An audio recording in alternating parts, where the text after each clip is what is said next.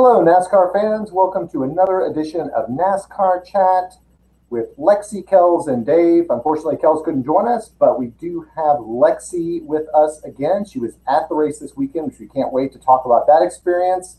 All decked out in her Kyle gear, maybe a little bit sunburned, but other than that, how are things going, Lexie? Pretty good. How about you? Not bad, not bad at all. Came off the Memorial Day weekend. It was a really good weekend for racing. Watched the Monaco Grand Prix, watched Indy 500, then checked out the Coca-Cola 600, which of course you were at. So we'll dig right into that experience. So you got some hot passes from XfinityRacing.com. Explain how that happened, how you were able to get a score of those hot passes. Well, one day, I think it was one morning, I think it was maybe, I want to say Monday morning, I want to say, or the Monday before the All-Star race.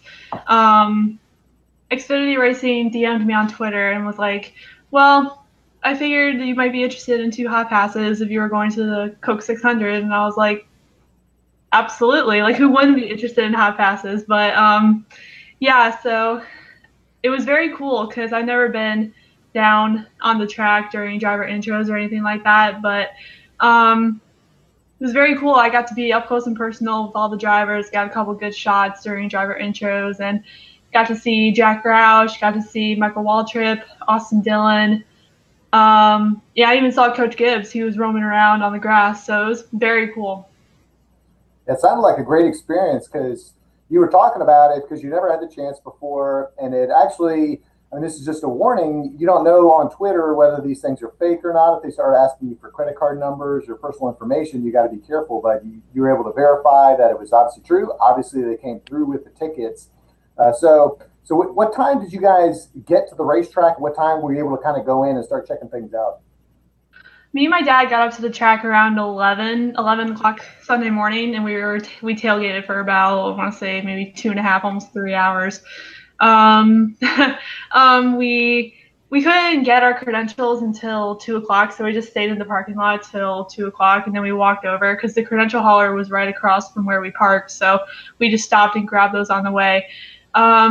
We started walking to the track around 2:30, and just like we started roaming around all the stuff that they had inside. They had the Toyota pit pass stage, they had the Toyota owner's hub, they had the Chevrolet stage, they had all kinds of stuff inside. I was able to see Daniel Suarez too. He made an appearance on the Toyota stage, so I got to see him talk for a little bit. I saw William Byron on the Chevrolet stage, and my inner fangirl kind of freaked out a little bit. He's actually younger than you are, which is saying something. Yeah, I like William Byron. He's a good kid.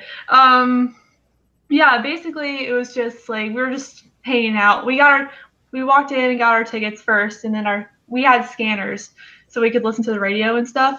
So we picked those up first, and then started roaming around the infield a little bit, and then we walked inside the track, and we went down onto the track just to sit in the grass before driver intros. And I actually got to walk around inside the pit and the garage area I got to see the guys going through tech inspection. I got to see some of the crew guys. Didn't see any drivers, unfortunately, because they were all in the drivers meeting. But overall, it was a very, very cool experience. Yeah, it sounds really cool. And both, of course, you and I are both big fans of college football. So the whole tailgating scene is something that's to behold. And as is the case in the South and really throughout the United States, but in particular, I could see just being a big party scene, particularly outside. And then you get inside and to see all that prep going on. It seems like there's just a million things going on at once to see. To be down there must have been really, really neat.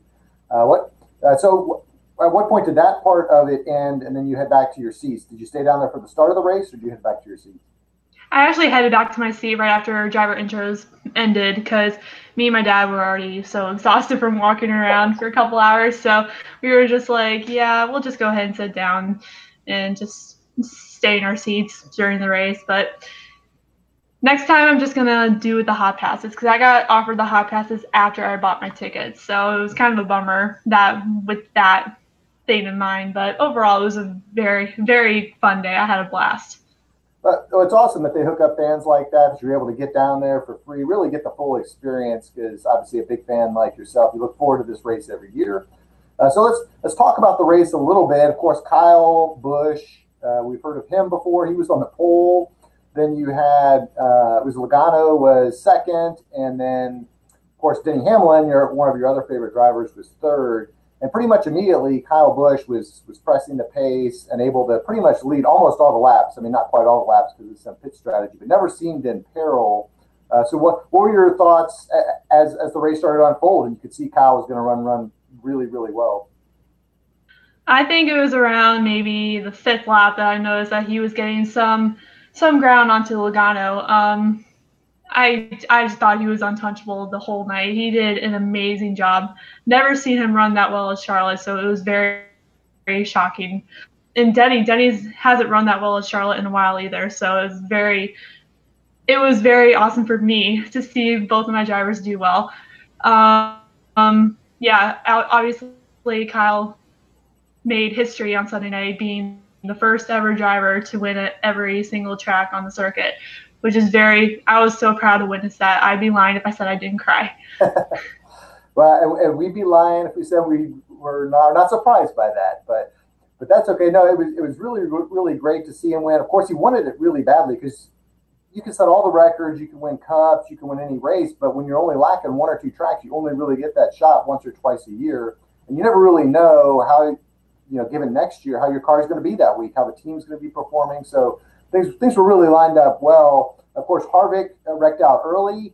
He had started in the back, was making a good charge, so we're not sure whether he would have made a charge. But by the end of the race, Truex was really the only one that could even keep up with him. But even that it didn't look like he had anything. So take us through your thoughts on the last few laps as you were seeing, and you kind of got the feeling he was really going to do it.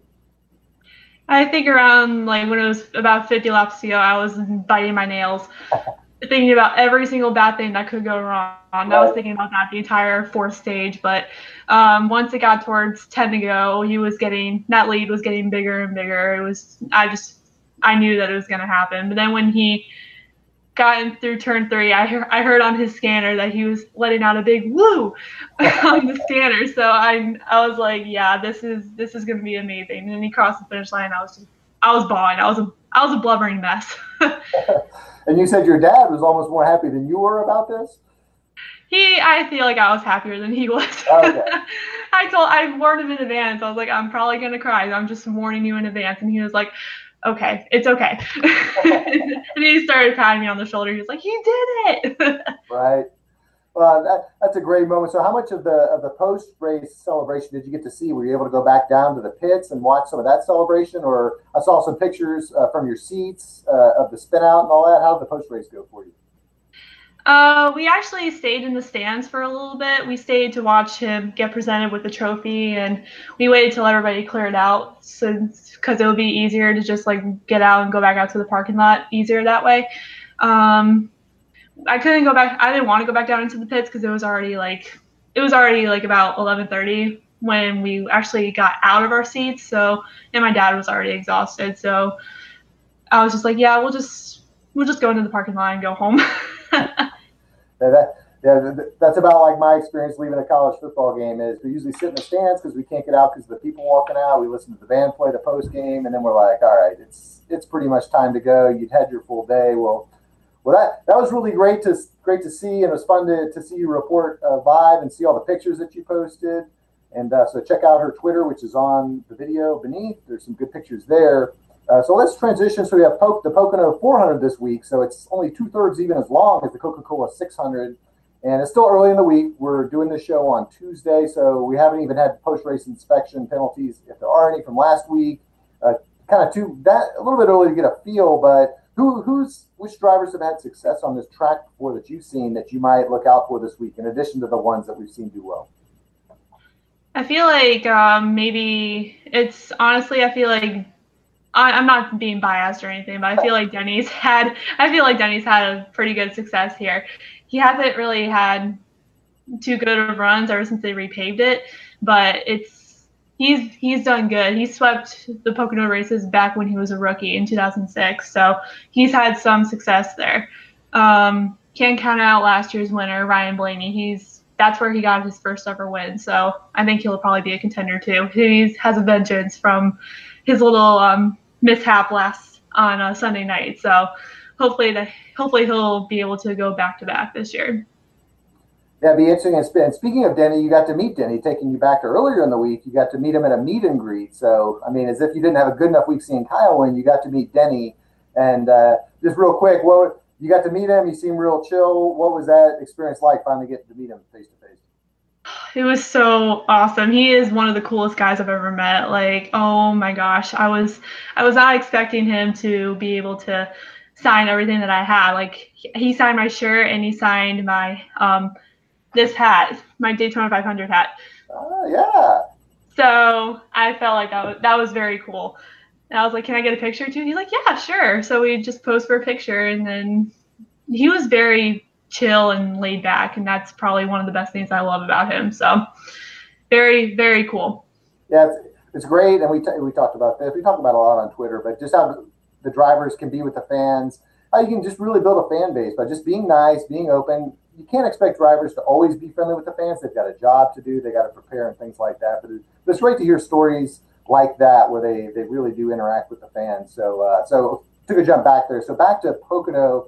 One thing, and I'm still new to this, I noticed this track layout seems a little bit different. It's kind of triangular. How does that play into anything in terms of strategy, or is it pretty much the same? They just take turns at different places. It makes it very difficult because it's one of the most unique tracks on the circuit. It's like the hashtag for that track is what turn 4, because there is no turn 4. It's only 3 turns. So it makes it very unique. And I think over the last couple Pocono races, it's been a fuel mileage race. So that plays into effect almost every time. So hopefully that won't happen this year, but I guess we'll just have to see on Sunday. Right. And so we look forward to it. I think the race is early in the afternoon on Sunday, and we certainly hope to be back next week to recap it. Any final thoughts on this week or Pocono or anything else? Any other shout outs? There actually has been a post-race penalty from Charlotte. Kyle Busch has no indentation in his window brace, so sorry to all the haters, but Kyle Busch won that race fair and square, so there you go. Yeah, some of the conspiracy theories were just kind of getting ridiculous. Just haters out there. I will say I want to see somebody besides Kyle and Kevin Harvick win. Okay, he's won on all the tracks now. He's won a bunch of races. He's going to make the chase. Can we move on to somebody else? Like Denny would be great. Daniel Suarez, Eric Jones, any of your other favorite drivers? Just maybe. I feel like Denny. I feel like the way he ran on Sunday, I feel like I was his good luck charm. So hopefully that sticks. All right. Well, yeah. Well, thanks for sharing the stories with us. It was certainly great to hear, and we hope to see all of you back next week on our next YouTube show, NASCAR Chat.